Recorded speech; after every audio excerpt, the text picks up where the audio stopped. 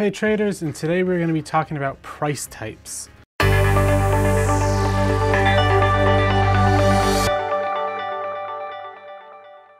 price types are used in all of your indicators, and it's something that you may not actually even notice when you're going through your indicator settings.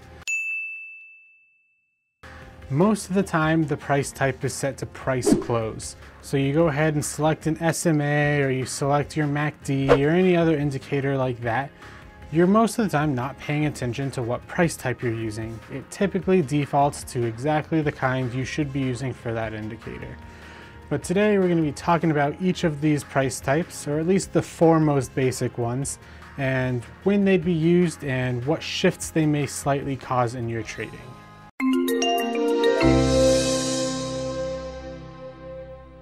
These four most basic price types that we'll be discussing today are your price open, price close, price high, and price low.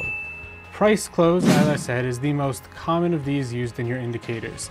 And on all of your previous candles, exactly like it sounds like, it's the price that you closed at.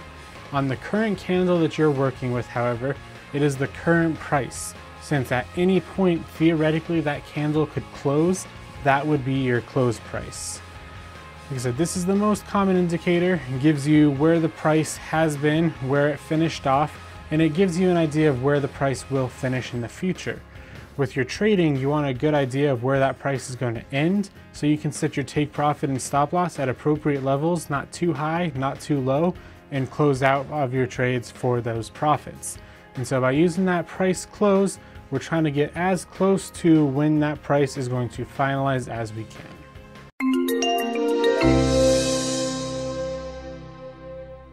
Second type of price we'll talk about will be price open.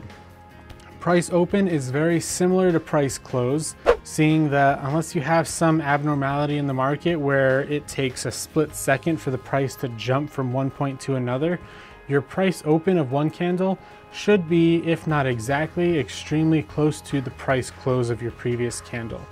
For most indicators, all using your price open for as opposed to your price closed for is it will shift your values over by 1 for any of your indicators. So if you have an SMA, your SMA on your previous candle may have been 1.0025 on price close. If you switch that to price open, once again, as long as you're not having those abnormalities, the candle after that should then have that same SMA value of 1.0025.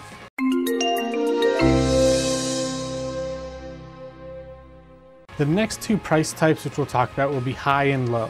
Just like open and close, these are very similar to how they sound, and you could probably figure them out without me here. The price low is going to just be that lowest low that the candle has formed. It's going to be the bottom of that wick.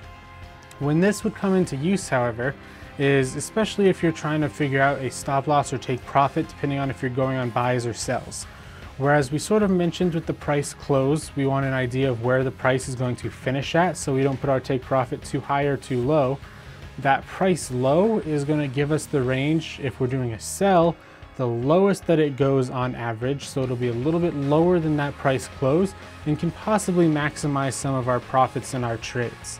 If we're in a buy, that price low, we'd want our average, or we'd want our stop loss to be below that average, because we don't want that wick to go down, trigger us out of the trade before going up and potentially hitting our take profit.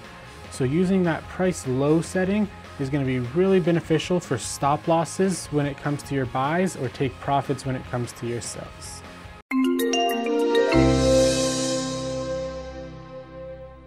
And finally, the last price type which we'll discuss today is going to be our price high. Price high is pretty much the exact opposite of the price sell. We're going to go ahead and use that price high, which is the top of the wick so that the candles are going to. So the maximum price each candle is reached. And we're going to use that preferably as our stop losses for our sells or our take profits for our buys. Or at least put those stop losses, take profits between that price high and that close price to get us in that area of the average wick and to maximize our take profits, or to go ahead and maybe cut back on a few of those losing trades, give them a little bit more time to go ahead and try to run, figure things out, and go in the direction and meet those take profits as opposed to hitting those stop losses.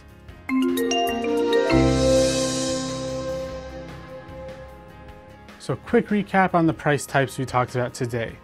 Price open just shifts that price close one to the right, depending on if you have those abnormalities or not. They should be extremely close, but they won't always be exact because there will be instances where the price will move.